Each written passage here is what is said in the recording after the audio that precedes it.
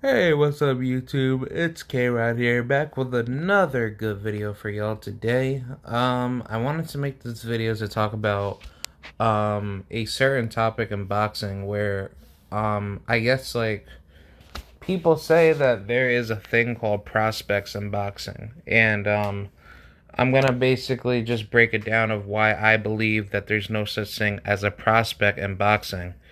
So yeah, let's get right to it because a lot of idiots that want to say that prospects exist in boxing, similar to that of the NBA, which, the NBA, they have rookies and then you have contenders and then you have championship level players or superstar championship level contenders.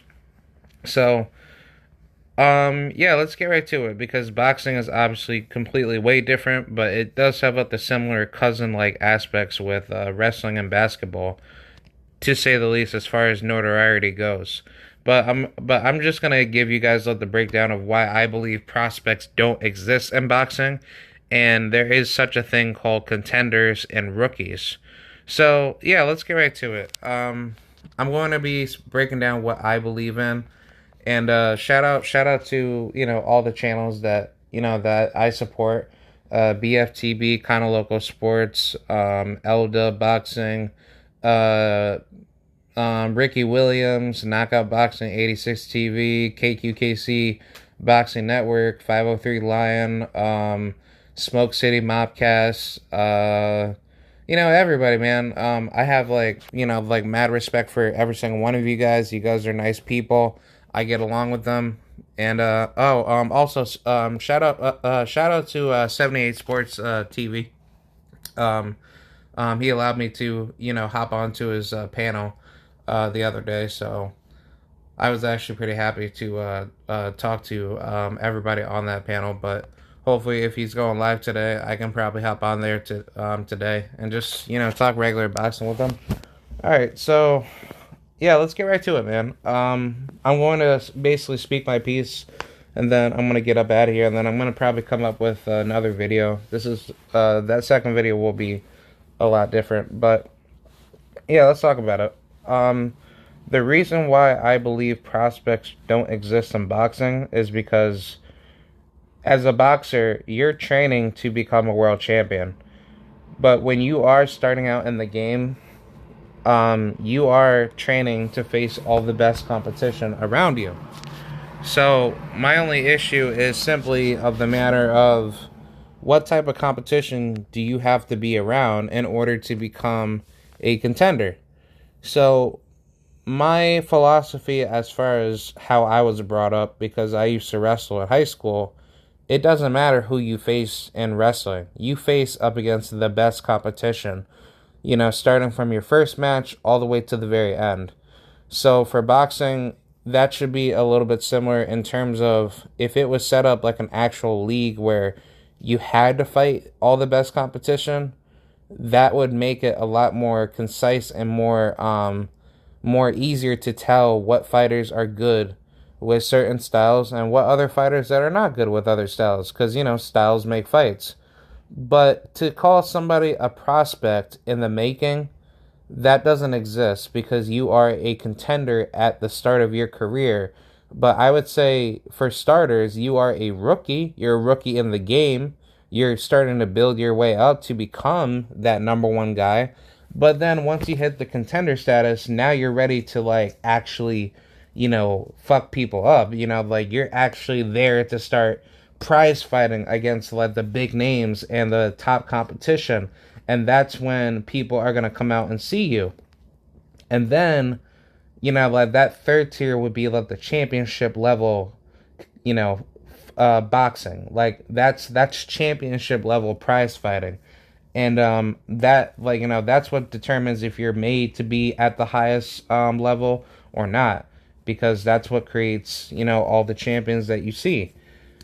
So I'll just use like fighters like Xander Sayas, or I'll use guys like John Bauza, or I'll probably use even Charles Conwell, to say the least. That that's a good fit.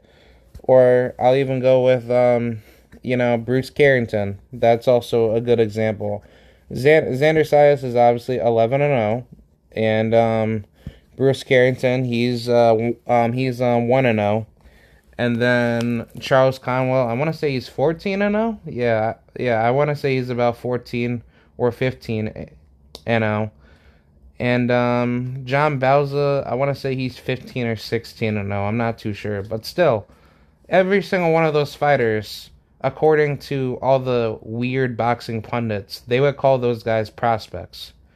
By no means you are not a prospect when you have at least 10 plus fights under your belt. But even if you have one fight, you are now contending to become a champion. Because you cannot tell me a prospect is somebody that comes into the game and he or she is just barely learning to master their skills and hone themselves to become the best athlete that they can be. They're not a prospect. A prospect, by definition, I'll just go and get the definition and just break it down for you, idiots in the back. But prospect, the possibility or likelihood of some future event occurring. The second definition would be a person regarded likely to succeed or as a potential customer, client, or etc. And that pretty much means, I don't really know.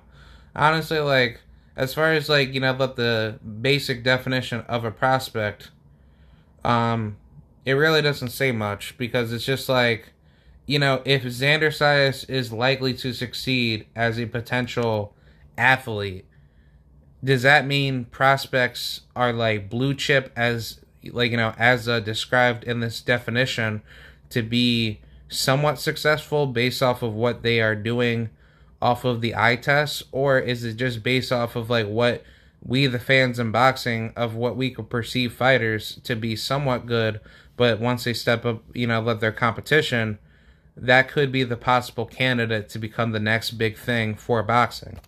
And that obviously doesn't say much, because prospect is, such a loaded term that it really doesn't describe who's really up there or not. So, to me, the word prospect is a very biased word, because they even do, the same thing in the NBA. You're not a prospect in the NBA, you're a professional. So, therefore, you're starting out as a rookie, and then when you graduate from that tier list, then you go up to becoming a contender. And then when you're a contender, then you start becoming a championship level prize athlete. That is what creates champions in all sports. So for boxing, that's how I would label it when you're starting out in boxing. Because even in video games like Fight Night, they obviously don't, label you all the way of where you are as a fighter. But it obviously tells you where your progression is at as a fighter.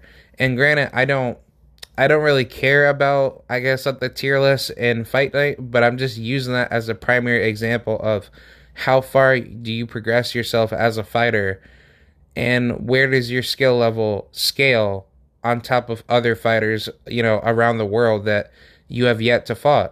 And obviously, that's a video game explanation of it. But in real life, in real time factor, that is, somewhat similar in the sense of when you start out in any sport, you are a rookie in the game. And then once you got some, experience under your, under your belt, then you start becoming a contender in that sport. And then once you're and then once you graduate from being a contender, now you're a championship level prize athlete, where you are now at the best of the best, top of the line skill level, and now you are a superstar. So that's pretty much how I would say it. But the term prospect is obviously doesn't make any sense, because some idiots would say guys like Jerome Boots Ennis, he's a prospect. No, he's not. He's a contender. This man is 28-0, damn near fighting almost 30 plus fights within his whole career. You mean to tell me Jerome Boots Ennis is still a prospect, yet he has not faced, all the top welterweights in the world? No, he's a fucking contender. So therefore, he's already graduated, the rookie stage. He's already completed his first 5 to 10 fights. But now, after 10 plus fights leading up to 28 and 0, he's no longer a rookie in the game. So therefore, the term prospect doesn't mean anything because you're basically trying to use it as a subjective label on the certain fighters that you don't think is there yet. But therefore you don't know how they're going to progress until they get up there. Because everyone said that about Lomachenko when he was on, when he was on the come up, but how, oh shit, how does Vasil Lomachenko get a title shot in his third fight when he literally lost to a journeyman by the name of Orlando Salido in his second professional bout, and then leading into the third one, the WBO broke their rules to allow him and Gary Russell to fight for the WBO featherweight title, right? So that doesn't make any fucking sense. So, by that standard, is Vasil Lomachenko still a prospect, knowing that he was 3 fights in, heading into his first championship level bout, in which he was not supposed to get that title shot, by the way, and Orlando Salido should have been next in line to fight for the featherweight title, for the WBO at least, but still, you see where the boxing politics, lie in. This term prospect doesn't mean anything because anybody could be a prospect, but that term itself, it is so loaded to the sense of it's very overblown. It makes no sense whatsoever, and it's using that as a political, subjective label to be placed onto certain athletes so that people don't think that person is going to shine. Because even when we could go to all the legendary greats like Floyd Mayweather had his first title shot at 17 and 0 against Gennaro Hernandez. Some would say Floyd Mayweather was still a prospect at that time.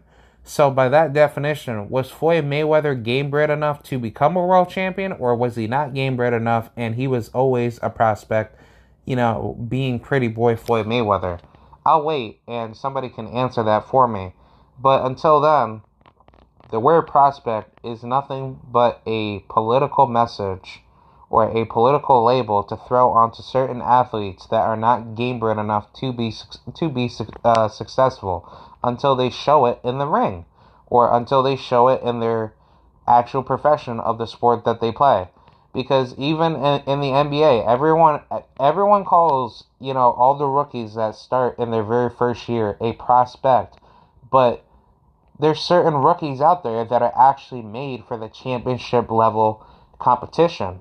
And when they show to you why they are good in their profession, why they show you how much progression and how much development that they have built throughout their career, it will literally tell you that those guys are there to be at the very top.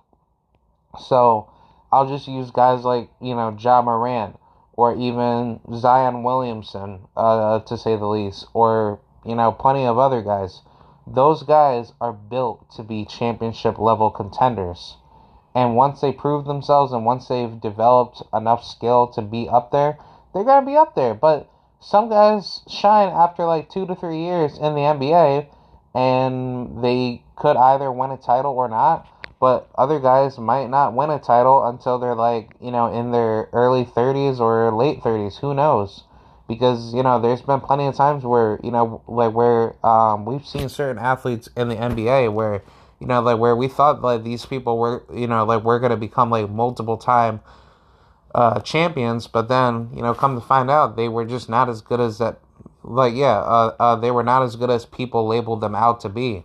So I truly believe that there are certain levels to this game, but there's no such thing as a prospect in boxing because you are contending to become a world champion. So when you start out in the game, you are a rookie in the game, but once you graduate from that tier up to the next tier, you are now a contender in the game because you are now contending to become a champion. And you have to create those skills over time to become ready for the world title level. So that's pretty much what I got to say. Let me know what you guys think. Do you think prospects exist in boxing? If not, please comment down below, and I am more than willing to chop it up back and forth with y'all. And that's pretty much what I have to say. Thank you guys for watching. This is KROUT7435. I'll catch you guys in the next one. Peace out and goodbye.